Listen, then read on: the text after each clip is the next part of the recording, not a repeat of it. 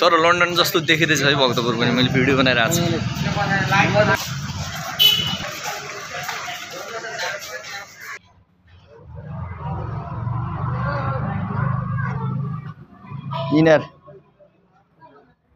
Inner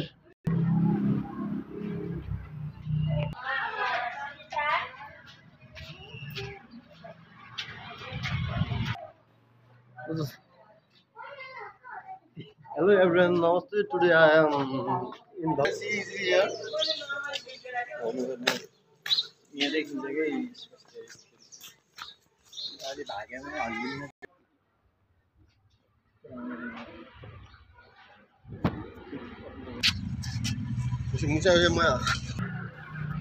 यो बजार त राम्रो फेरि त्यसमा कम्प्रोमाइज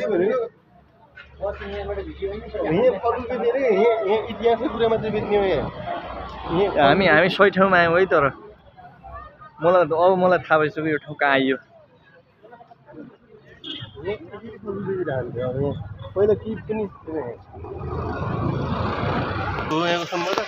यो सम्पदा क्षेत्र हो कि यहाँको क्षेत्र चाहिँ सम्पदा क्षेत्र यहाँ अब सहरहरू।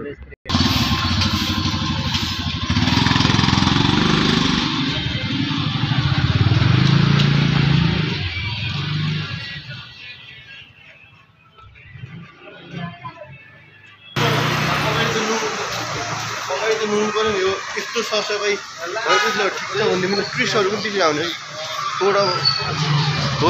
यस्तो सामानहरू बेच्ने हो कि त्यहाँ अगाडि त्यो स्याउ बेच्ने होइन। स्याउ बेच्ने अब त्यहाँ अझ खुइया त साइडबाट क्या नपुग्या बेच्नु हुँदैन। त्यो सम्पदा क्षेत्र भने अब के अरे विश्व सम्पदा स्याउ हो। बरु यस्तो यस्तो गर्ने त तिनीहरू बेच्नु दिने होइन कि चिजहरू पनि त्यता घुम्न आउने हो नि त टुरिज्मको लागि। स्याउ लैजाऊ, केला लैजाऊ, उखुड लैजाऊ, अम्बा लैजाऊ होइन। ल कुन यो लन्डनदेखि आयो? यो त राम्रो देखाउँछ नि त। यो त लन्डनै भने किन नेपाल हो नि बाबु।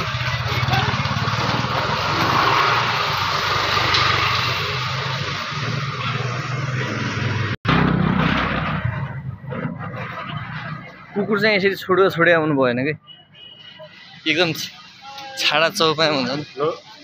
युकेमा कमसेकम लन्डनमा तपाईँलाई कुकुरले ढाडेपछि यसरी 20 लाख रुपियाँ नेपाली हो कुकुरमा मालिकले दिनु पऱ्यो।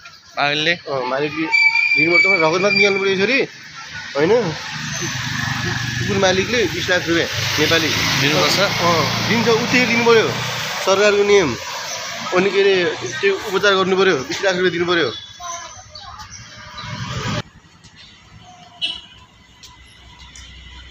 खतरा रुल गर्नु के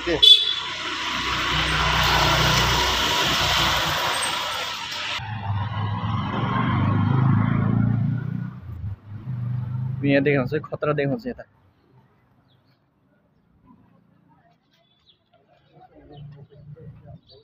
यहाँ